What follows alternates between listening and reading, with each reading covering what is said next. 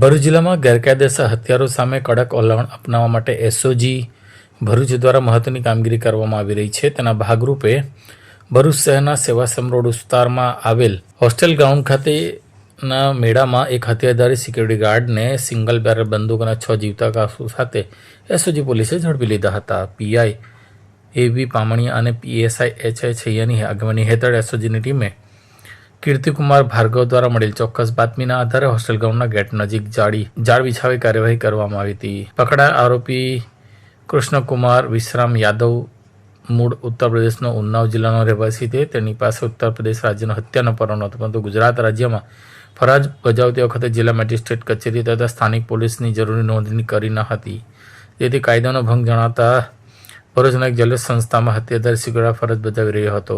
ગેરકાયદેસર રીતે હથિયાર રાખવાનો ઉપયોગ કરવા બદલ ભરૂચ એ ડિવિઝન પોલીસ સ્ટેશનમાં તેની સામે આર્મ્સ એક્ટ 1959ની કલમ 20 અને 30 હેઠળ ગુનો દાખલ કરવામાં આવ્યો છે. कॉल करें अभी 8733053364 पर या 9426889560 पर. हिमालय इंटरप्राइजेज, जियो मार्ट डिजिटल भरूच,